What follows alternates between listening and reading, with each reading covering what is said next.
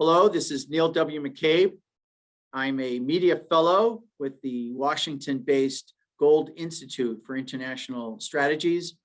And we're having a conversation today with one of our senior fellows, Nahro Zagros, who is in Erbil, and we're talking to him live on tape, as it were. Nahro, how are you, sir? I'm very well, Neil. How are you? Fantastic. I've spent some time in your neck of the woods.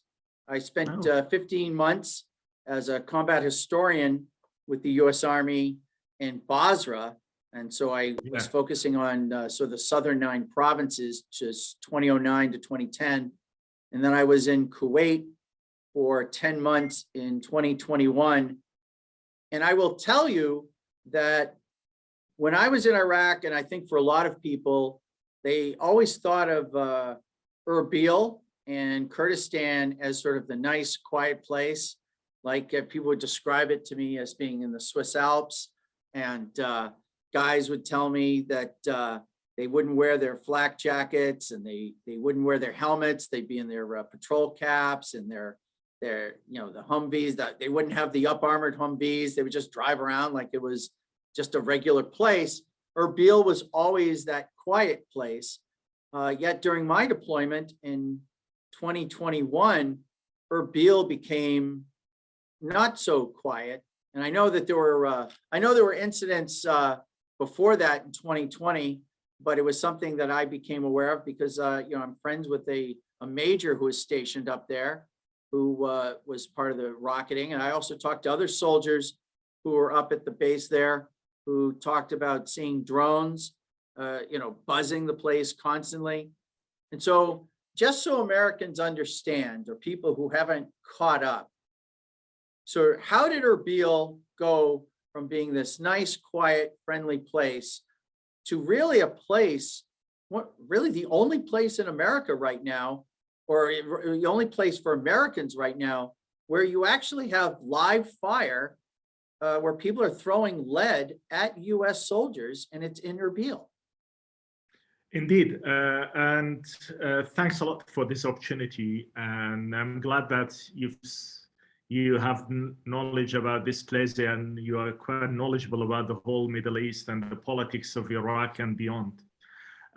Yes, Erbil is still regarded as the safest place, not just in Iraq, not just in the Middle East, but one of the safest places around the world. But in the past 20 or 25 months, things have changed, not just in Erbil, but in the whole country, in everywhere in Iraq. And Iranians are attacking Americans and the so-called agents, foreign agents in Iraqi Kurdistan. And in the past few months, we've seen drone attacks aimed at Americans in the country. An American consulate has been attacked. The newly built American consulate is constantly under drone attack. But also in the past few days, we've seen rocket attacks coming directly from Iran into Erbil. And this is very unheard of before now, because even though attacks happen coming from Iranians to targets in Erbil, but always denied. This is the first time that Iranians are actually saying they've attacked foreign agents in Erbil. Hey, just to interrupt you for a second, just to make this clear. In military parlance, when you deny an attack, it's when you block it. So when you say denied, it's where the Iranians say, no, I don't know what you're talking about. Rockets from us, what? So now you're saying that they have no fear. No fear. Exactly. We attacked you, and what are you going to do about it? Is that what you're saying? Yeah, it was a missile attack, and they said it was a direct attack to revenge a few American commanders who were killed in Syria by Israelis. And Iranians and Iranian media portraying or claiming that they have attacked Mossad agents in Iraqi Kurdistan, which is baseless, really. There is no Mossad base here. And if we had Mossad base, then nobody would know that there is a Mossad base. And thankfully, nobody was killed from the attack. But you know, what worries people is that this kind of attacks may become more regular. Until now, it was all hidden. Iranian proxies were carrying out most attacks, but now the attacks coming directly from Iran. And knowing that our geopolitics is a very harsh place, we live in a very harsh place, and we have to acknowledge that we are here together with Iranians, with Turks, with Arabs for centuries, and we will be together for God knows when. So it worries us that the neighbors are becoming quite hostile towards Iraqi Kurdistan and trying to change this setting, which has been the you know, most stable place in the whole of Iraq and in the region.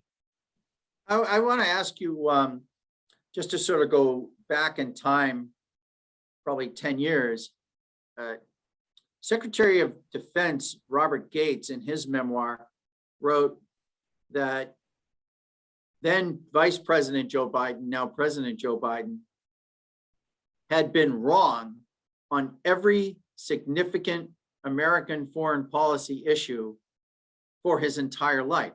He was just wrong. And he detailed how in the administration, you know, Barack Obama carried over Gates from the last 2 years of Bush to the first 2 years of Obama, which I thought Barack Obama deserves tremendous credit for having the foresight to have continuity with his Secretary of Defense while, you know, there were soldiers deployed and in Afghanistan, Iraq, and other places. Joe Biden famously said that the solution to Iraq was to break it up into 3 countries, Shia in the south, Sunni in the middle, and Kurd in the north. And to me, of course, this is insane because it's, you know, consider the source, but I don't think people properly understand the tension that exists, because if there was an independent Kurdistan or sovereign Kurdistan, the Turks would invade immediately. And so even though it's almost a cloak of being under Iraqi control, it just works out that everybody agrees to believe the lie that Kurdistan is part of Iraq, but because it has significant independence compared to other provinces and other parts of the country. But there is always that tension with the Turks. So things are uneasy with the national government. The national government does not want a full-blown independent Kurdistan, and the Turks would definitely stop a full-blown sovereign Kurdistan. And so this wonderful country, this wonderful culture, these wonderful people who, you know, is it with the Israelis, it's like 1 and 2, 2 and 1, right? Who loves America more in the Middle East? You know, correct. Go ahead. So why don't you just take it from there, sir?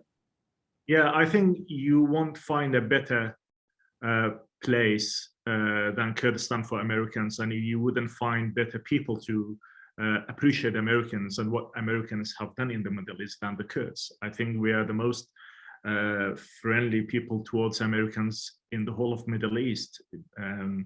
But going back to the questions that you raised, absolutely, Joe Biden did write an article, and his solution for Iraq was to partition Iraq into 3 places or 3 states or 3 federal states.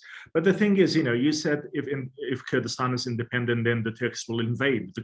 The other side of the coin is to have a united united Iraq, and united Iraq didn't work, and it's not going to work either. So you are in between this dilemma: either you partition the country into 3 places, or you will stick to the idea of one united Iraq, which has not worked for the past 100 years. Let me say this: there are several solutions for Iraq, and none of them work. Literally, there isn't a single solution that works. Go ahead, but maybe you disagree. Do you have a solution? No, all solutions are problematic. There is no easy solution, but you will go with the likely solution that is going to work.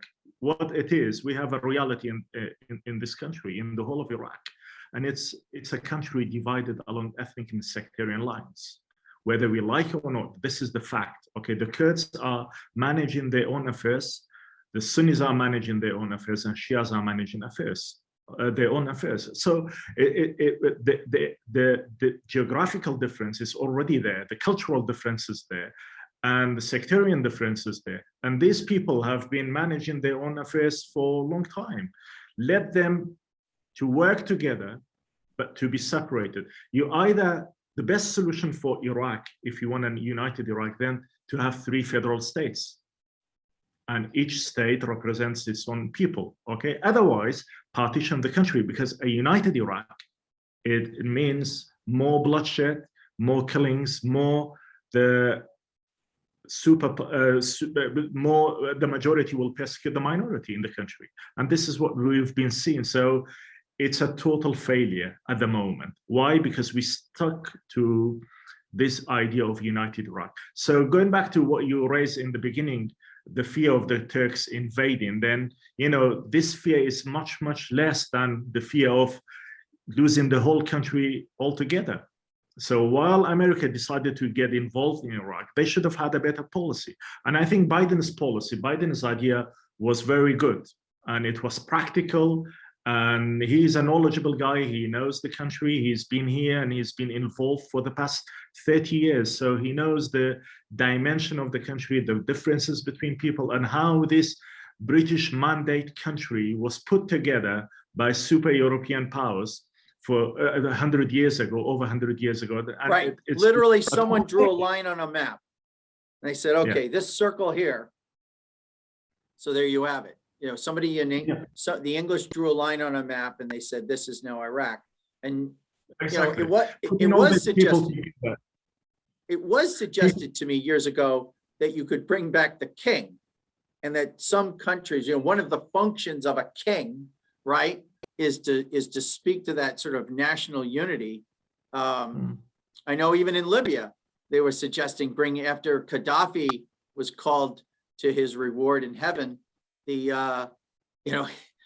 said, well, it's time to bring back the king. Everyone wants to bring back the king. Is the king, I don't know, is that an option? Is the guy around? I mean, the Shah of Iran's son or nephew is like, wait, I follow him on Twitter. He's like on the bench. He's on the shelf. He's waiting for the call. Is there a king in Iraq? The idea is wonderful. And it's quite sexy and romantic, really. Yes. But who doesn't love sexy and romantic? But on the ground, it's not workable. There you go. Like a lot of sex and romance. Go ahead. I'm sorry. Like, what Donald Rumsfeld, after liberating Iraq said, he said, we'll smash the country into pieces, then we will put it back together the way we want. It's very easy to say that, but practically it's impossible. Because you are talking about people who have history, to people who have differences and bloodshed for the past 100 years between these people. It's not, for a Westerner, maybe sometimes it's like me describing some of the conflicts in, Africa or in Europe or wherever. It's easy to come up with a solution. It's easy on the paper, but on the ground, it's not working. And for Iraq, all the solutions that they discussed were great on the paper, without realizing the differences that we have in this country, without realizing how many people have been killed because they didn't want to be Iraqi. And now to tell them, okay, we will put you back with this country, you have oil and you have money, and we will bring democracy for you, and all you guys would love it, and you will become part of the Western civilization one day. Then, it's not as easy as it sounds, I think. All right, let's jump to the sort of the elephant in the room, and the elephant that's stomping through our village. And that is the Iranians. And it was my experience. So I was immediately after the surge in Iraq, as a combat historian, I conducted, more than 150 oral history interviews, and many of the soldiers that I interviewed were part of the surge, and I caught them as they were rotating out. And so I had some interaction with a lot of the surge guys. And at that time, in that era, I would say what I called Iraq I called it the late innings of our war in Iraq. And I was pretty close that 3/4 to 2/3 of the soldiers killed for our last 3 or 4 years in Iraq it was directly attributable to the Iranians or Iranian agents. And I'm talking about the rockets, and I'm talking about the IEDs, and I'm talking about the ECP IEDs, which were the copper plates that became molten bullets that would go through, armor and just kill. It would splatter molten copper and just kill everyone inside the room, or inside the truck. These Iranian ECPs it was such a big deal. We weren't even allowed to talk about it. We couldn't even tell anyone about it because we didn't want the Iranians to know just how bad it was. So they just didn't want us chatting about it or even telling anybody about it. It wasn't a secret to the Iranians. My question was, I think the Iranians know all about their IEDs, but they said, we just don't want them to know how bad it was. And it was actually considered a bigger problem than snipers. So having said that, and obviously, when General Soleimani was called to his reward, a lot of people in the United States said, well, this is the guy who was leading the Iranian effort to take down American soldiers. Absent Iranian influence in Iraq, the American project would have been far more successful, far more peaceful, and it would have been a much more prosperous and happy Iraq. That's my view, but you're actually sitting in the country. How has Iraq helped or hurt the stability of your country? And what is the state of play specifically in Erbil with the Iranians as you see it going forward? Yes, and I think, to understand the whole issues within one context, one has to look at what happened to Iraq after the liberation, after deposing Saddam Hussein. Americans and allies came in. They had no plan in place. Failing to have a plan in place, then what happened? Iraq became the ground for all the foreign troops to come in and recruit proxies. Turkey did the same, Iranians did, and Saudi Arabia did the same thing. But Iranians were more clever, more meticulous in their plan. They managed to gather lots of support around themselves. And also they played on this idea of Shia unity, where the majority of Iraqis are Shia. They were the majority of people who are in power right now in Iraq were actually oppositions for 30 years in Iran. They were all Iranian educated opposition leaders, if you like. So Iran had more to gain, and they were more clever the way they played their cards in Iraq, and they managed to, like I said, gather lots of support around them. Turkey also did the same thing, but they couldn't manage to unite all the Sunnis in Iraq. But they, worked with different small groups in Iraq. Saudi Arabia failed in their plans. And I think Turkey, talking about Turkey and the Saudis, Nahro, is that each culture is seeking an ascendancy, of a lost ascendancy. The Saudis want to have that overall cultural control, and the Turks also. It's like they have.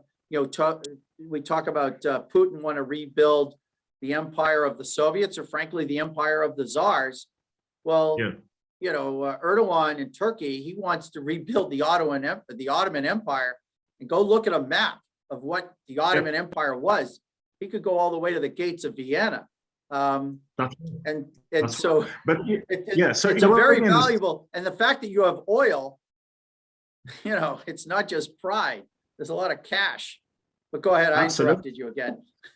Absolutely. And while Iran suffers from these sanctions, so Iraq became a vital ally for Iranians, for Iranian trade, for Iranian goods, for Iranian market, if you like. Then also, if you look at the whole context in the Middle East, so Iranians are more clever to recruit proxies, not just in Iraq, but also around other places like Lebanon, for example, Syria, Yemen, all these places. So Iraq became a vital place for Iranians, for Iranian economy, but also for Iranian strategy, because without Iraq, it would have been difficult for Iranians to manage to intervene in Syrian affairs, for example. With Iraq, it's seen like a bridge between Iran and Syria right now, where Iranians are coming and going to Syria via Iraq. So with that, Americans realize that they have a problem. While they acknowledge the problem, Iranians try to attack Americans on the ground through, sometimes directly, sometimes through proxies in Iraq. And then the tension grew and grew when President Trump decided to get America out of the JCPOA, or the Iran deal. Then tension became more problematic and more intensified. American embassy in Baghdad was attacked several times by Iranians. Lots of demonstrations were held against Americans and American presence in Iraq. Then equally, there were lots of demonstrations against Iranian presence in Iraq. And the whole country was set on fire. To summarize that point, what I think you're saying is American US sanctions against the Iranians forced the Iranians to use Iraq as their pass-through or their cutout, because it was a ready market. Obviously, I know that in Basra, there's no border between Basra and the Iran. It's a marsh. Whatever marsh is left, you just go through the marshes. Like these trade routes have existed for 10,000 years. No American sanction is going to break up a 10,000-year-old trade route through the marshes. It's just not going to happen. And so, exactly, as you're saying, for all of the problems with the President Barack Obama's Iran deal, when Trump cut that off to put pressure on the Iranians had a release valve in Iraq. It just caused more tension in Iraq. So instead of being in a box, actually Iran was able to sort of squeeze in and basically use Iraq as their, like I said, their release valve. Exactly, yes. And, they've been doing that for the past 20 years and it's working for them. But, when America had 157,000 soldiers in Iraq. The good old days. The Iranians know how to manage it, but things are becoming more problematic. Like I said, it's not easy as it used to be. Iran is at crossroads right now. They will either make it or break it. And we don't know how this American or Iranian deal is panning out in a few days' time when they meet in Vienna. We hear that Americans are willing to work with Iranians because their focus right now is on Russia-Ukraine war. So they don't want to open another front here in the Middle East with Iranian, and they don't want more tension which is smart, Iranian. I guess, maybe everybody at once. Maybe, but you also have to think that you have allies in the place that they will suffer. In the Middle East. So we don't know. I think I'm not optimistic about it, and I don't think the Iran deal, if the sanctions are lifted, the place will become more peaceful. it's not peaceful right now. It's not going to be peaceful at all, because on the other side, you have Israelis who are threatening if America is not going to do anything with Iran, or the Western powers is in the sanction with Iran, then they are going to attack, and they haven't been diplomatic about it. They say it outright. So who is in between those places, between Israel and Iran? We are one of the people, and we're one of the geographies who are in between these two places. There is a report in Kurdish media a few days ago that Israelis admitted that 2 drones, American drones, were directed at Israel, were downed in Iraqi Kurdistan.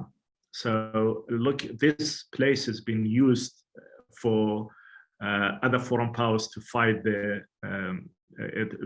while they're fighting each other. So I think we are in a dangerous place, and I think it's too late to deal with Iran from American perspective, but the solution is not going to work either. Because there are no solutions. It's just no matter where you turn. At the moment, just going back to this point, at the please, moment, please. You have sanctions that are not working, okay? Because this regime, stood against the sanctions, and they are still powerful. They are still there. People are obeying them. The guards are still guarding the place, and they also managed to intervene in foreign affairs and intervene in affairs of the Middle Eastern countries like Lebanon, like Yemen, like Syria, and they are more powerful. So the sanctions didn't work. The other side of the coin is to ease the sanctions or lift the sanctions. Then while you have all these problems in the place, while you have Iranian proxies in the place, while you have Iran threatening to wipe out Israel on the map, then it's not going to work either. So that's what I'm trying to say. And these 2 options that we had, either sanction or no sanction, none of them are working. Perfect. There should have been more options, which I'm not willing to go into that right now, but Yeah, well, listen. Last thing I want to ask you, I really want to touch upon is in the summer of 2017, there was a very strong movement to have Kurdistan independent. And there was, I don't know if there was actually going to be a referendum or if the referendum was canceled, but the Kurdish people had expanded their territory greatly because lands that they captured from ISIS, they held. They did, it's like we captured it and here we are. And it may have been, I don't know historically, but I think it's the furthest south of that the Kurdish people have extended. But there were Iranian-backed militia with the blessing and maybe direction of the national government that really blew a hole in that and created a completely different situation. And so if you could just sort of talk about where you were when those attacks came and sort of talk about the lasting scars of what happened in 2017 as you consider Kurdistan and Kurdishness in the future. Go ahead, please. Yes, we had a referendum in October 2017, where over 92% of the people of Kurdistan voted for separating from Iraq altogether and establishing Kurdistan Republic, if you like. Then Iraqis came back with Iranian backing, with Iranian help, and attacked Kurdistan in the south, as you mentioned. And most of the guns used in this battle were American guns handed over to Iraqis to fight ISIS, and yet Iraqis used it against the Kurds, against their own people. With Iranians, we had all this American tanks coming into Kirkuk and other areas in the south with Iranian flags and photos of Iranian leadership. And yet, America was just a few miles away from that, and they knew what happened. The Kurdish demand was refused by Iraqis. Not only that, but they managed to invade 51% of the lands that Kurds were in charge of. So we had no support from our neighbors for independence, and we had no support from Americans regarding independence. So right now, the Kurdish leadership are not asking for independence. That right now, the Kurdish leadership are trying to, get over that problem that was created through the battle with Iraqis, and also try to be part of Iraq. But they want that Iraqis to, respect Iraqi constitution, because our rights, or Kurdish rights, are stipulated in Iraqi constitution. But right now, the Iraqis are ignoring all that, ignoring constitutional rights of the Kurds, and the tension between Baghdad and Erbil, it's worse than ever in the past 25, 30 years. And we had an election in Iraq a few months ago, that still we have no government here. We have a caretaker government at the moment. There is problem between Kurds and most of Iranian proxies, militias in Iraq, about who is getting the position of presidency, which generally it belongs to the Kurds presidency of Iraq. With all these attacks are intensified, aimed at Iraqi Kurdistan, while Americans are leaving, while the whole world is more focused on Ukraine-Russia war. So I think most people in this place prepare for worse. And I think Kurdish independence, it's not a dream, it's a reality, but it's not going to happen over 1 or 2 days or over the next 2-3 weeks. But the idea will be in place. The fight will go on as long as Kurds are alive.